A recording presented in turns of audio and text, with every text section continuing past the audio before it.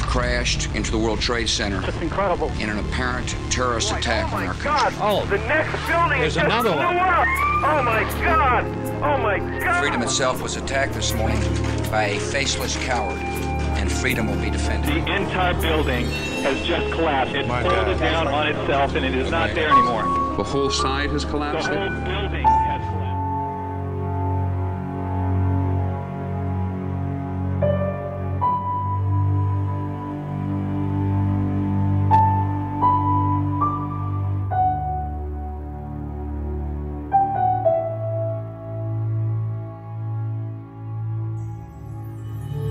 I was actually at home on September 11th, 2001. I had woken up and just normal day, didn't know anything was going on. It was around a little after 8 in the morning, and I turned on the news, and I guess I was woken up by all that was going on, and then pretty much was glued there for quite a while. Yeah, originally it appeared to be an accident, and it was just something bad that had happened, and then as it grew, we realized it was something a lot more. And then the wheels started to turn, and we actually started to prepare for events that could possibly happen here. At that point, I was on the phone with another part of our division that was closer to actually where the aircraft hit the Pentagon. We were looking at the television of the World Trade Center. We did feel a little bit of a shock where we were, at least my office was, and then the phone went dead on the other side. That person I was talking to. Fortunately, they were okay, but the Pentagon evacuated pretty big clouds of smoke. My initial reaction was, oh my gosh, what a terrible tragedy. And then as the second plane hit and the day started to develop, it became more apparent that it was more than just an accident. And we started to prepare just in the mindset of, could we be next? What's going to happen in our area?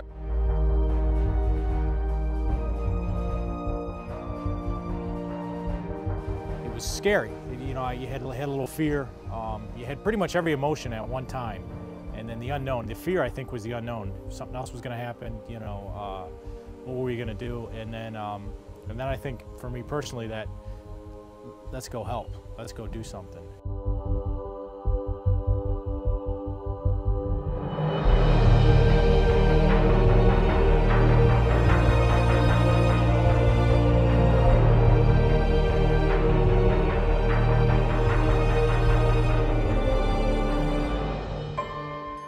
Well, I think the biggest thing that's changed is preparation and training for large events.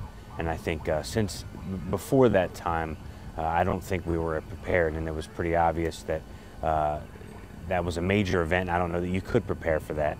But since then, we've had Hurricane Katrina and a lot of other hurricanes and some earthquakes and some major disasters that we've really spent a lot of time emphasizing training. Looking back on 9/11, I think it's important to remember the people who lost their lives in 9/11. I mean, you're talking about 2,900 plus Americans and foreign nationals. But you're also talking 343 New York Fire Department and medics. You're also talking about 23 police officers. So I look at it as a moment to reflect, basically, and try to honor their memory more so than really as a turning point in U.S. foreign policy or even U.S. Department of Defense policy.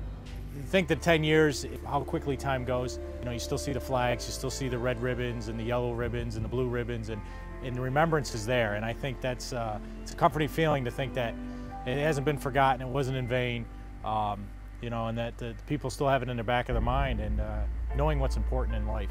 Well, first, I just hope they look back and remember, not just about what occurred, but the sacrifices that so many people made.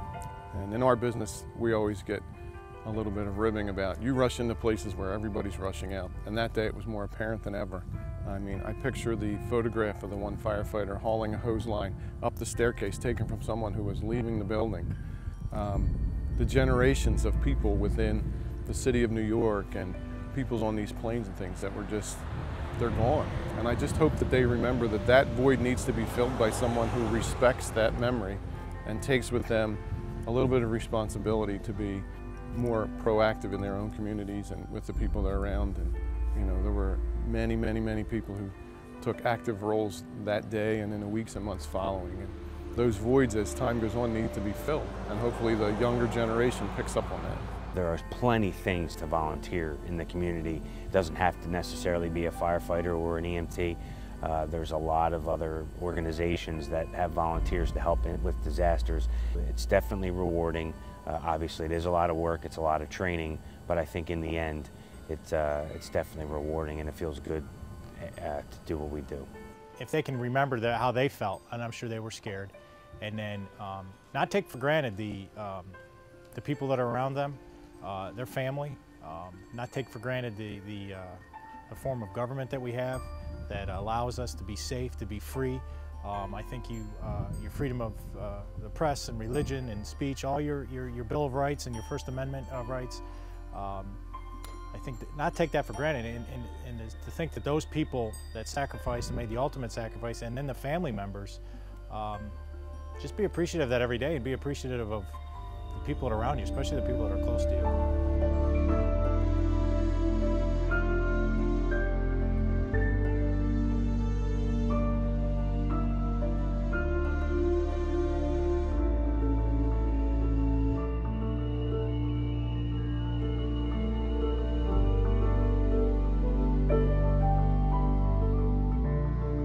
Hello, my name is Andrew Zeckley, and I'm the mayor of Lansdale Borough.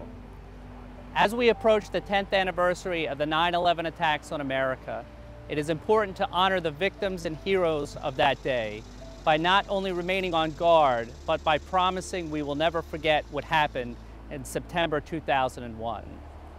Thomas Paine, one of our founding fathers, once said, "Those who expect to reap the benefits of freedom must undergo the fatigue of supporting it." America is a beacon of hope for the globe.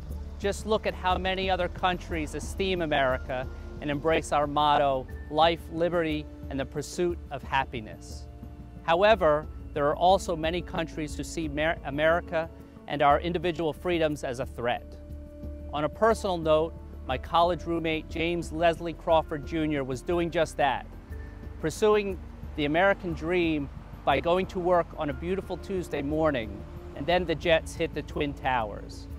In the name of hatred for America, his life was cut short at 33 years old and with a child on the way. I would urge everyone to take a moment of quiet reflection and think about 9/11 and the impact it has had on you and our country. We must never forget the attacks of September 11th so that America continues to emerge from this struggle as a stronger and better nation.